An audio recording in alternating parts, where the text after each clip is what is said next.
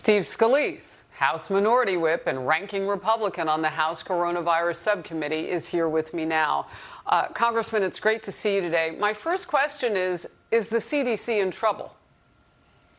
Harris, I think the CDC is in trouble because they're being asked very serious questions. And you go back to the campaign, President Biden said he was going to follow the science. And then here you had science saying most schools could reopen. In fact, the scientists were saying all schools should be opened. And they were getting ready to come out with that. And all of a sudden, the teachers union said, well, wait, we don't want to have to go back into the classroom and let students back in. And so you saw them change it. They changed some of the basic metrics of science that were going to be used so that then instead of having most kids back in the classroom, very few kids, about 90% of schools stayed closed because of that change in metrics undermining the science. And that was done by the Biden administration. They've yet to answer for it. We're trying to get those communications because this is hurting kids. It's hurting millions of kids across America who may never make up this difference of not being in the classroom when they should be, and the science says they need to be. Real quickly, and I want to move on to a more big picture question, but how important or critical is it to know that the AFT was a huge donor, Democratic donor?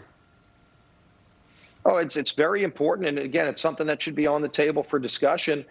When you heard President Biden saying he was going to follow the science, and all of a sudden he throws the science out the window because a special interest donor, the teachers union, says that they don't want kids to be back in the classroom learning. And we're seeing this in so many states where parents are just rising up, even in Berkeley, when the teachers union head is telling all the teachers, don't go to class, you can't be in the classroom. And then they see him taking his kids to private school in the classroom. That double standard is just, people are going livid. They're infuriated because they know it's hurting their kids, and they're watching these union heads take steps that go against the kids. San Francisco, just to get a money grab, is going to go in the classroom for one day. So it shows you they can be in the classroom if it's about grabbing a bunch of money. But if it's about helping your kids, they're not in the classroom.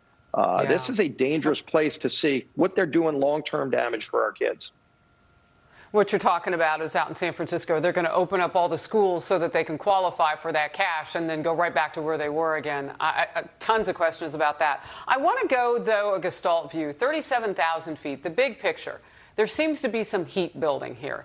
You've got all of this over the COVID-19 school closures and the overall handling of the pandemic by this current administration.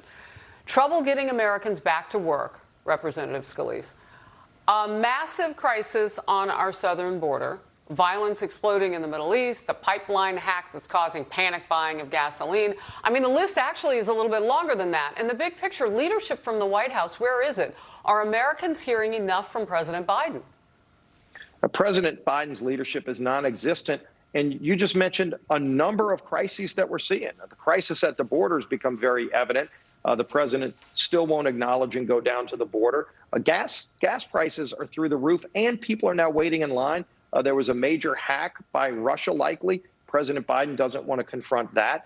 You're looking at home prices right now because of lumber prices going through the roof. An average home is over $36,000 more than it was a year ago. Look at what's happening right now with unemployment. 8 million jobs are unfilled right now. And President Biden just ushered through a very partisan bill to pay people billions of dollars not to work. When 8 million jobs are unfilled right now, we're paying people not to work, and they're borrowing money from our kids and our grandkids to do it. We're seeing this on every front, and the economy is really in a delicate spot. We're seeing inflation starting to go through the roof. Our country is less secure. Look at what's happening around the world. The Middle East, Iran, who the president wants to let back into an agreement to get a nuclear weapon. They're helping funnel these bombs that are being shot into Israel. I mean, where is the president's leadership on any of these crises?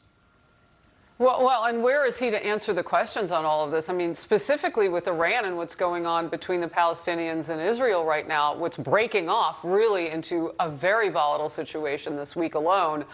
We can't have access through our press corps to the President of the United States to ask about how that Iranian agreement or negotiation affects or infects what's going on with policy that we would have toward what's happening with Israel. I mean, we can't get there. We've got Jen Psaki, but that's not President Biden, so we think. I want to get to and this. She's trying to encourage him not to answer questions. Well, and that's what we're hearing if there's something different, then show us. A House hearing underway right now. The topic on violent extremism and the response on the January 6th Capitol riot. Congressman, as this unfolds, you're now asking the FBI to reopen the investigation into the 2017 shooting at that Virginia baseball field that left you gravely injured. God bless you. You have recovered. But life-changing, your injuries, and along with several others who were hurt. Why the push for this now? You know, my colleague Brad Wenstrup, who he's a congressman but a medical doctor who saved me on that ball field, he started asking the new FBI director, Wray, why the FBI classified this as suicide by cop. Everybody who knows what happened on that ball field knows it wasn't suicide by cop. He went there to kill every Republican on the ball field. He had a list of names of other Republicans he wanted to kill. And thank God for the heroism of Capitol Police, who, by the way, were in plain clothes. They were not dressed out as officers that day. They were plain clothes. So he didn't know that they were cops. And they get into a shootout. He was trying to kill them. They both got shot, David and Crystal, in the shootout.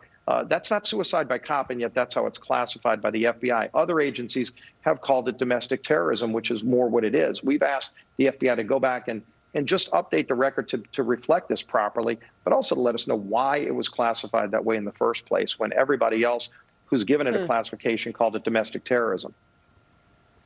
Yeah, I mean, if you can talk about what's going on in one place, we can certainly learn our lawmakers and police officers under attack in another to get to the answers. Congressman Scalise, great to have you on the program. Thank you very much. Great being with you, Harris. Thanks.